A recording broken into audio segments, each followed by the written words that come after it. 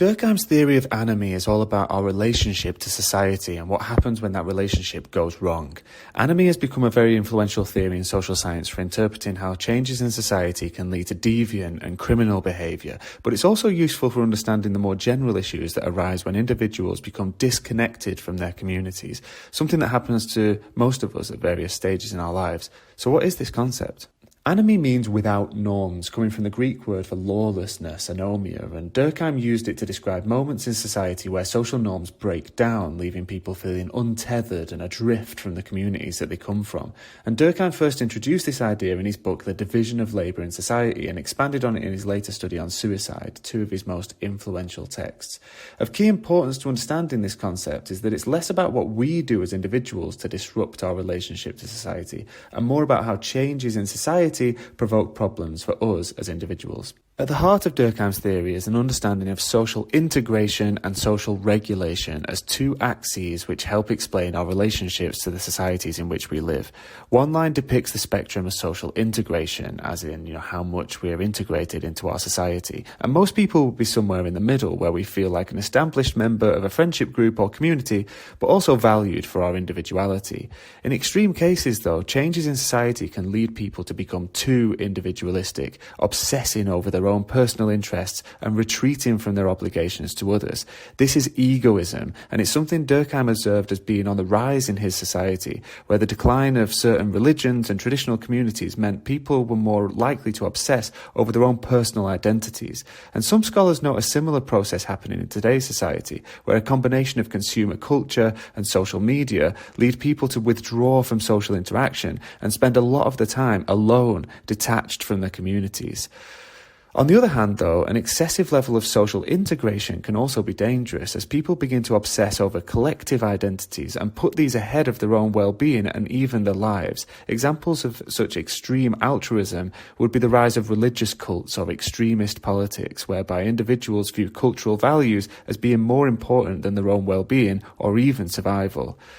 Across the other axis is social regulation. We all have these needs and desires that we pursue as individuals, yet these can often clash with those of others. Therefore, for societies to function, our desires must be regulated to some extent. And again, in a stable society, most of our desires are channeled in ways that can help us get what we want without impinging too much on the needs of others.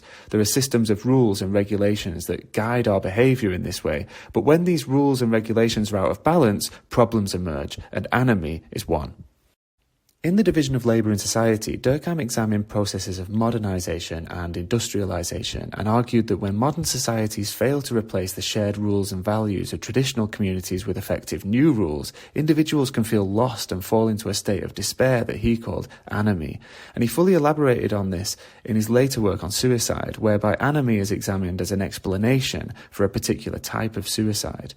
One example for such cases of anomic suicide that Durkheim discusses relates to economic crises, where people are not only left materially poorer, they're also thrust into a chaotic moment where they no longer know where the next meal will come from or how they can earn enough to pay the rent. And in Durkheim's terms, the structures regulating their fundamental desires for basic necessities have broken down, and people are left in a state of confusion and desperation that he calls economic anomie. The majority of Durkheim's analysis, however, focuses on the regulation we get regarding our personal lives and how the absence of this can lead to what Durkheim calls domestic anomie. As noted before, social regulation refers to how society structures our needs and desires, and this includes the needs, desires, and expectations that we have for other people. Durkheim talks about how social norms regarding relationships regulate how we can pursue these personal desires. In a nutshell, in society, we learn certain ways of establishing and sustaining relationships, and this helps channel our personal desires. Yet various things can happen in society that mean certain groups do not get such guidance and are left feeling lost and confused, struggling to understand how to deal with their feelings. An interesting example that Durkheim observed is the lack of such regulation for young single men in Western societies.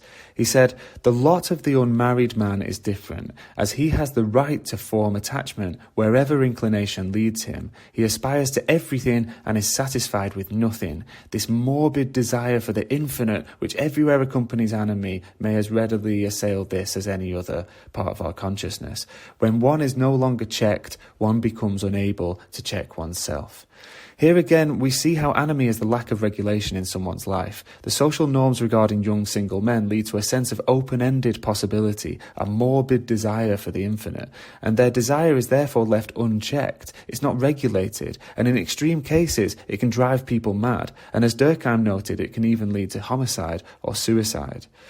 And here I think we see an interesting explanation for the rise of self-help culture for young men online in today's society, which is all about helping young men impose regulations on themselves, establishing a daily routine, exercising regularly, having a code or set of rules that you live by, etc. It all speaks to a lack of norms and structures relating to the regulation of young men's desires, and having moved away from parental regulations but not yet into the structure of a long-term relationship, they are left experiencing domestic anomie. There are many ongoing issues in today's society regarding economic insecurity and the difficulties of establishing relationships that underline how Durkheim's concept of anomie remains very relevant today. And another example that we can see is in the technology that we use, because digital media, while it connects us globally, can often leave us feeling isolated. And in her influential book, Alone Together, this is something Turkle explores, looking into how relationships with technology may be replacing and distorting genuine human connections. And perhaps one striking example that brings together all of these issues is the rise of incels, because many individuals in this subculture report feeling alienated and disconnected, lacking both the integration and regulation that Durkheim described. And just as Durkheim reported back in the 1890s, these feelings can lead to frustration, violence, homicide, or even suicide.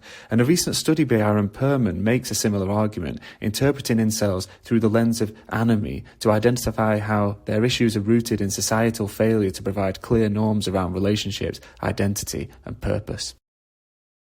So, how do we combat anomie? Well, Durkheim believed that the answer lay in strengthening solidarity. In basic terms, this means fostering genuine connections, whether through family, friendships, or community engagement.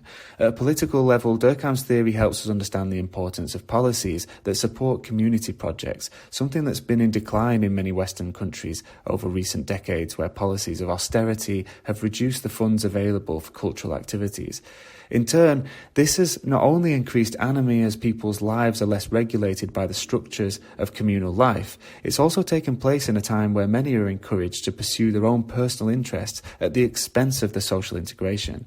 So just as in Durkheim's time, we now appear to be living in societies with insufficient social regulation and integration. And while political policies to rebuild communities may be the ultimate remedy, at an individual level, we can also reflect on how we can contribute to a better balance of integration and regulation in the communities that we live in, and help prevent the problems that arise from excessive egoism or anomie. Thanks for watching.